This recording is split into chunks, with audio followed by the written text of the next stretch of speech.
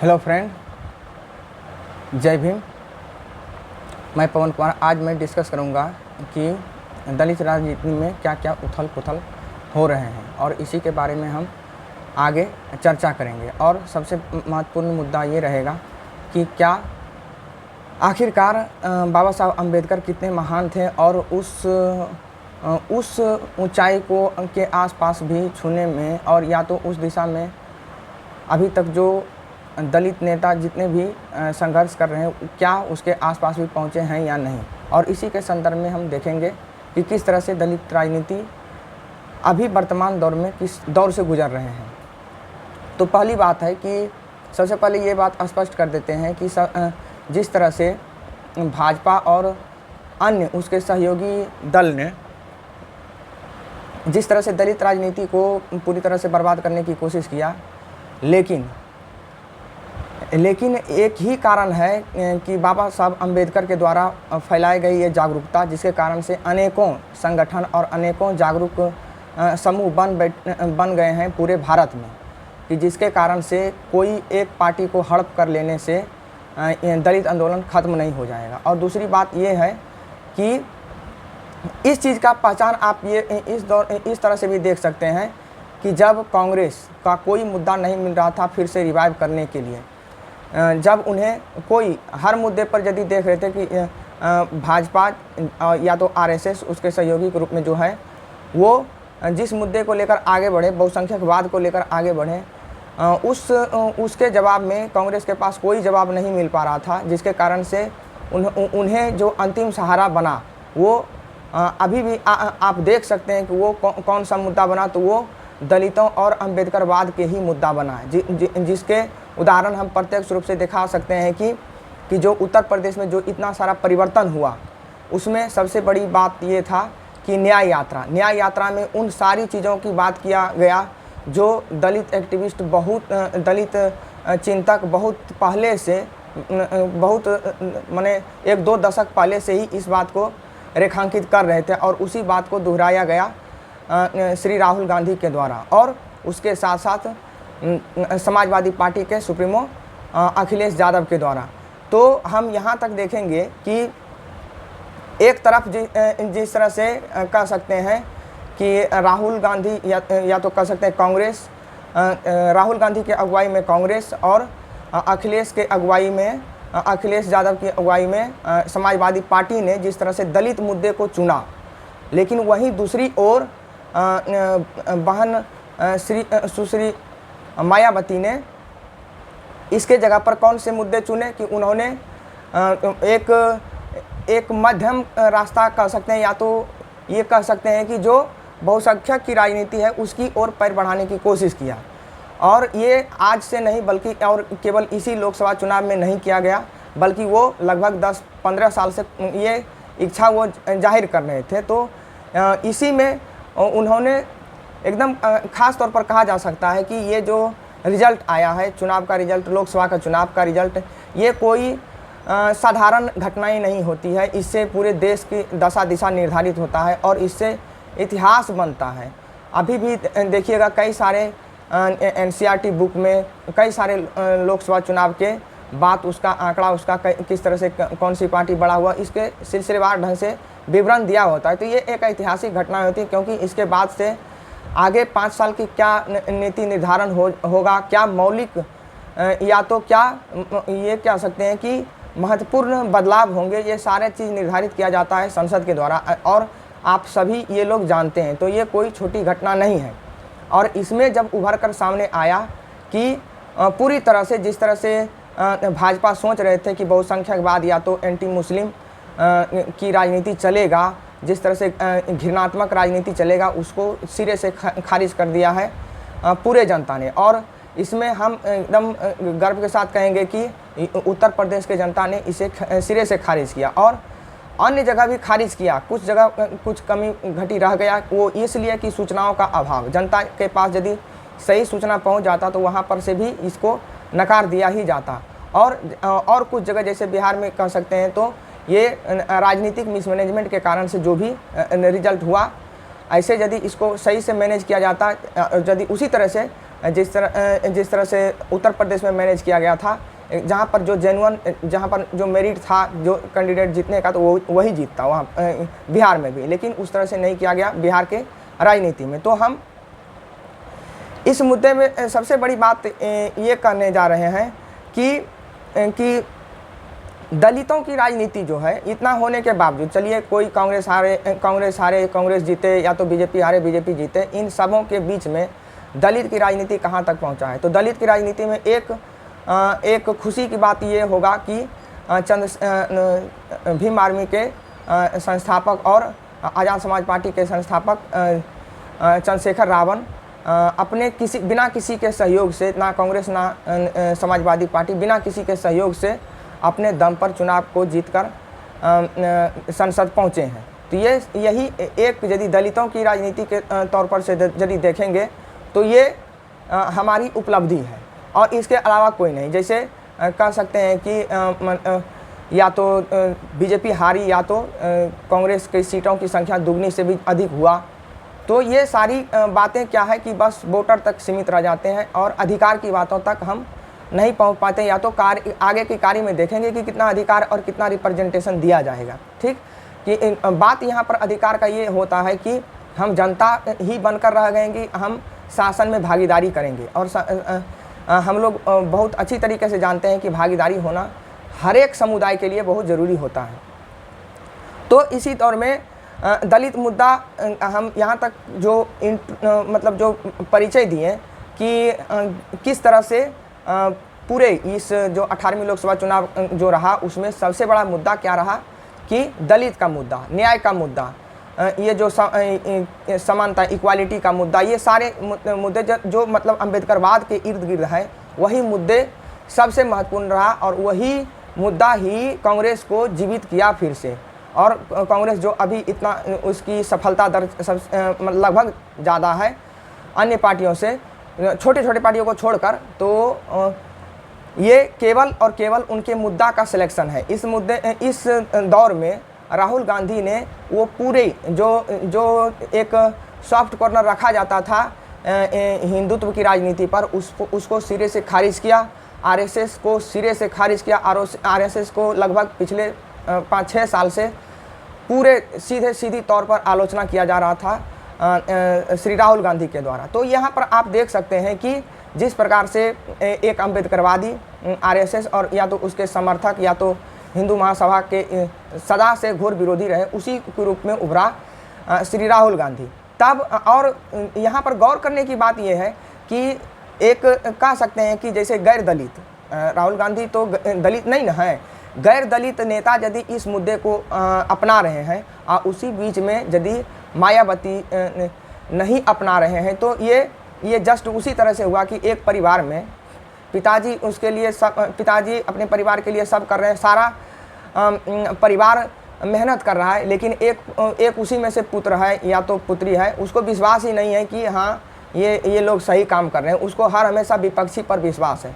तो उस समय यदि सही मेरे अनुसार से यदि डिसीजन लिया जाए तो उसको भेज देना चाहिए, जाइए उसी के पास रहिए और उसी के समर्थन में काम कीजिए, देखते हैं कि हम हारेंगे कि आप हारिएगा।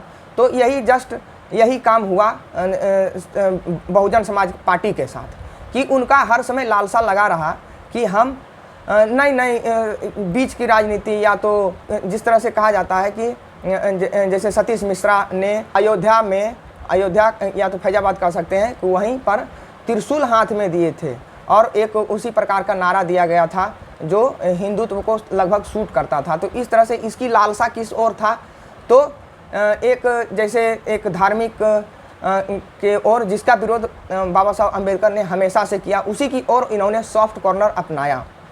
तो इनकी लालसा था कि हाँ हम उसकी ओर बढ़ेंगे तो हम सफलता पाएंगे, जबकि ऐसा नहीं हुआ और बरसों से नहीं हो रहा है। आज इस बार नहीं हुआ ऐसा बात नहीं है, बल्कि लगभग 10-15 साल से ऐसा हो रहा है। और इसके बावजूद भी यदि नहीं समझने की कोशिश किया जा रहा है उनके नेताओं के द्वारा, उनके प्रमुख के द्वारा या तो मायावती के द्वारा, तो ये भी समझा जा सकता है और पब्लिक ने यही समझा कि ये जानबूझकर कर रही है। हो सकता है पैसा उधर से लिया जा रहा है और दलित आंदोलन को कमज़ोर किया जा रहा है। आखिरकार दलित आंदोलन इतना कमज़ोर तो नहीं है ना जो कि सिर्फ बहुजन समाज पार्टी पर आधारित रहेगा, या तो किसी अन्य छोटे छोटे दल या तो बड़े दल भी किसी अन्य, आप लोग इतना काम अन्य दल पर केवल आधारित रहेगा। तो आप लोग इतना काम नहीं कर चुके हैं जितना अंबेडकर साहब ने कहा किए, और जो कि संसद में पहुंचते हुए, चाहे राज्यसभा रहे चाहे लोकसभा रहे, हर जगह जाते हुए, चाहे तो पढ़ने के क्रम में क्यों ना है, हर समय जनता को, अपने लोगों को, अपने दलित समाज को अपने केंद्र बिंदु में रखा, लाइफ के केंद्र बिंदु में रखा। तो उसके उन्होंने जो आंदोलन खड़ा किया है उसके बराबर तो आप नहीं पहुंच पाइएगा, और पहुंच जाइएगा तो बहुत बड़ी बात है, लेकिन उसके आसपास भी आप भटक नहीं पा रहे हैं क्योंकि वैसा मनसा भी नहीं दिख रहा है। तो उनके द्वारा खड़ा किया गया आंदोलन, अब जैसे तुलना किया जाएगा कि अंबेडकर ने ज़्यादा महान काम किया कि कांशीराम साहब ने, तो जाहिर सी बात है कांशीराम साहब उसके अनुयायी थे, तो उसी प्रकार से कांशीराम के अनुयायी थे श्री मायावती, तो उससे और नीचे ही रहेंगे। तो और यहाँ पर हमारे दलित आंदोलन का बुनियाद रखने वाला कौन है, तो बाबा साहब अम्बेडकर। तो उनकी एक पूरे भारत पर, पैन इंडिया पर इसका असर है, और इनमें एक दो पार्टियां यदि बिक जाएंगी, जैसा कि जो हमारा विरोधी है, जैसे कह सकते हैं विरोधी विचारधारा के व्यक्ति लोग हैं, जो जैसे जो धार्मिक कट्टरता को रखते हैं अपने दिमाग में, तो उनके द्वारा यदि ये भूल किया जा रहा है कि हम जैसे बहुजन समाज पार्टी के या तो अन्य किसी, कई लोग आरोप लगाते हैं आज़ाद समाज पार्टी के बारे में, आप एक दो तीन कुछ भी गिन सकते हैं, यदि एक दो तीन पार्टियों को आप खरीद भी लीजिएगा, बस एक हाइपोथेटिकल बातें हैं कि आप खरीद भी लीजिएगा, इसका मतलब ये नहीं है कि अंबेडकर का आंदोलन खत्म हो जाएगा या तो बिक जाएगा। हाँ, कई और अन्य सारे विचारधारा हो सकता है आप उसको बर्बाद कर दिए होंगे और कर देंगे, ठीक है, लेकिन ये अंबेडकरवाद का जो आइडियोलॉजी है वो ख़त्म नहीं होने वाला है उसको। और दूसरी बात है जो चुनाव में बहुत अच्छा तरीके से उभर कर आया कि संविधान को बदल देंगे, कई सारे बीजेपी नेता ने ये कहा था, या तो आरएसएस के लोगों ने कहा था कि संविधान 400 सीट इसलिए चाहिए कि संविधान को बदल देंगे। तो फिर उस पर भी बयान आया अभी कुछ हाल ही के दिनों में मायावती के द्वारा कि विपक्षी लोगों को भ्रमित कर रहे हैं कि संविधान को बदल देगा।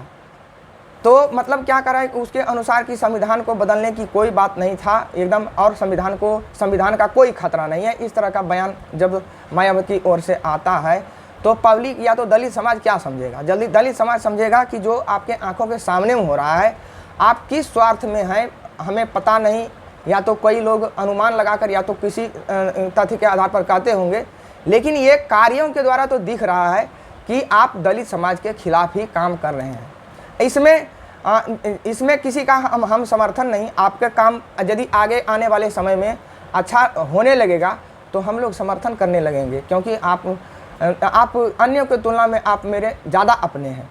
तो लेकिन आपके इस ईर्ष्यालु रवैया जो आपके आसपास हो रहा है, चाहे आपके साथ क्या चंद्रशेखर रावण के साथ क्या मतलब इशू है, उसके कारण से दलित आंदोलन या तो दलित का जो ऊंचाइयां छूना चाहिए उसमें यदि अवरुद्ध होता है तो पूरा पब्लिक आपके खिलाफ ही जाएंगे। और हाँ, यदि वोट मुड़ा है यदि कांग्रेस की ओर, समाजवादी पार्टी की ओर, यदि दलित समाज का, और यदि वो प्रतिनिधित्व सही नहीं देते हैं, ऐसे तो सुनने में आया है कि समाजवादी पार्टी ने उचित मेरिट के आधार पर उचित प्रतिनिधित्व दिया है, कांग्रेस ने भी हद तक दिया है, लेकिन अन्य पार्टी नहीं। जैसे आप एकदम जाहिर सी बात है कह सकते हैं कि आरजेडी, बिहार के आरजेडी ने दलित समाज को उतना रिप्रेजेंटेशन नहीं दिया, और किसी खास एक जाति है उसको तो लगभग इग्नोर ही किया, जबकि दलित समाज ने काफ़ी उसको सपोर्ट भी किया, इस बार वोट भी दिए, लेकिन इस पर कोई बात अभी आगे भी समीक्षा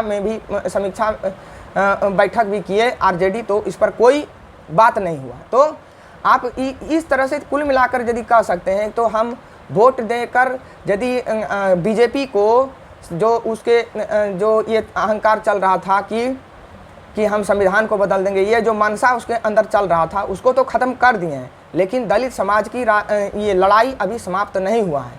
क्यों? क्योंकि इसकी प्रतिनिधित्व के तौर पर बस गिने चुने लोग हैं। और यदि एक दलित पार्टी की ओर से यदि कह सकते हैं तो एकमात्र जैसे उस तरह से बुलंद चेहरा और उस तरह से फेमस चेहरा कह सकते हैं तो चंद्रशेखर रावण। और अभी ये देखना बाकी है कि वो काम किस तरह से करते हैं, कार्य या तो वो किस तरह से संघर्ष करते हैं, ये देखने की बात है। किसी का समर्थक होने की बात नहीं है। समर्थक हम पूरे दलित, यदि इंडिया के बात करेंगे तो इंडिया का समर्थन होंगे, या तो यदि दलित समाज की बात करेंगे तो हर समय दलित समाज के ऐसे भी दलित समाज के समर्थक होंगे। और जब ऐसे भी कहा गया है कि दलितों को अपने नेता दलितों में से ही चुनना चाहिए, ये शहीद भगत सिंह के कथन हैं। तो हर हमेशा हम सभी लोग दलित समाज चाहेगा कि इसका नेता हर हमेशा दलित समाज से ही रहे। इसका कोई और इसकी बात कोई दूसरा क्यों उठाएगा? वो हो सकता है बाद में पलट जाए।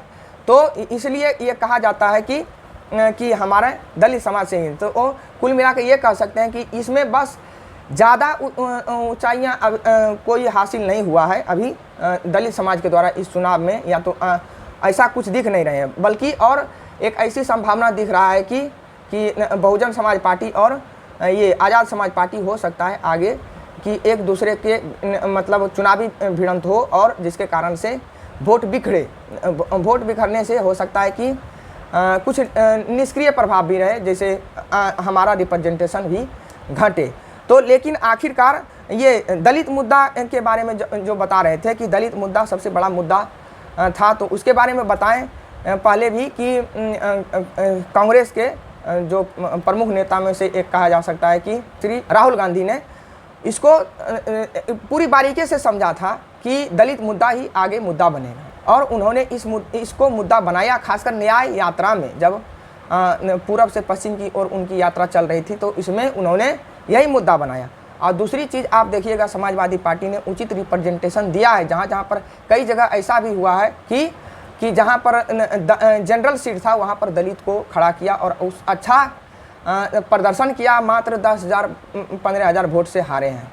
तो इस तरह से उनका एक एक्सपेरिमेंट था। बहुजन समाज पार्टी में ओरिजिनलिटी आना चाहिए। ओरिजिनलिटी आएगा तभी आप जेन्युइन कहे जाएंगे कि हाँ आप समाज के साथ एक्सपेरिमेंट कर रहे हैं। वो कभी भी नहीं, कहीं से भी नहीं देखा। जैसे आप देख सकते थे कि बहुजन समाज पार्टी का मैनिफेस्टो कब जारी होता है? जब चुनाव का अंतिम चरण बाकी रहता है तब जारी होता है। तो ये क्या चल रहा है? और वही घिसी पीटी बातें और जो समकालीन मुद्दे हैं उससे संबंधित कुछ नहीं। जैसे समकालीन मुद्दे क्या है कि सरकार के द्वारा लगातार और अभी भी इतना कम सीट लाने के बावजूद भी, अल्पमत में रहने के बावजूद भी बीजेपी वैसे बिल लाने की कोशिश करेगा जो डायरेक्ट जनता को हानि पहुंचाएगा। कांग्रेस और किसी अन्य पार्टी को नहीं, ना ही बीएसपी और ना ही आरजेडी, किसी पर, क्योंकि उसका वार होता है डायरेक्ट किस पर? गरीबों पर। और इसीलिए जब आप उधर से वार किया जा रहा है और इधर से आप पलटवार नहीं कर रहे हैं, कोई जैसे दलित का नेता नहीं कर रहा है या तो बहुजन का नेता नहीं कर रहा है, ओबीसी का नेता नहीं कर रहा है, तो जनता क्या करेगी? जनता अपने से जवाब देगी और जनता अपना सोल्यूशन खुद खोजने लगता है। क्योंकि जैसे जो महंगाई का मुद्दा है या तो बेरोजगारी का मुद्दा, ये किस पर पड़ रहा है? तो डायरेक्ट जनता पर पड़ रहा है। अब इस बीच में आप कुछ बोल नहीं रहे हैं तो उसके बाद ये अपने से फैसला लेंगे और उसके बाद आप कह दीजिएगा कि हमको मुसलमानों ने हराया या तो हमको जनता ने वोट नहीं दिया। आप उल्टे जनता का दोष दे देते हैं। तो इस तरह से नहीं होता है। आपको इस बारे में बहुत कंक्रीट रूप से सोचना होगा कि आपकी गलतियां क्या क्या हैं, और ये सोचा आप कम से कम आपको ये चीज़ सीखना चाहिए अन्य पार्टियों से। चाहे तो आप श्री राहुल गांधी से सीखिए, कांग्रेस पार्टी से सीखिए या तो समाजवादी पार्टी से सीखिए। क्या इन्होंने पिछले लोकसभा चुनाव में आप ही के साथ गठबंधन करके, मतलब बहुजन समाज पार्टी के साथ गठबंधन करके उन्होंने मात्र 5 सीट लाए और आप तो इससे डबल लाए थे 10 सीट, लेकिन आप ही ने गठबंधन तोड़ दिया। क्यों? क्योंकि आपको ट्रस्ट ही नहीं है बहुजन राजनीति पर। बहुजन राजनीति का मतलब क्या होता है? बहुजन का मतलब होता है कि उसमें SC ST OBC सब शामिल हो। आप OBC से दुश्मनी करते हैं तो कैसे अंबेडकर का कैसे लक्ष्य पूरा होगा? और आप ये किस तरह से कर रहे हैं, लोग समझ रहा है कि क्या ये फ्री में नहीं होता है, या तो भय से कर रहे हैं या तो लालच से कर रहे हैं। ये जग जाहिर है और ये लोग समझ रहा है। हम किसी के समर्थक नहीं हैं, हम बस इसलिए बोल रहे हैं कि आप अपने में सुधार लाइए। और यहाँ पर हम लोग रेखांकित कर रहे हैं और जनता यहाँ पर नज़र लगाए खड़ा है, तो इसलिए आप इस तरह से नहीं कर सकते।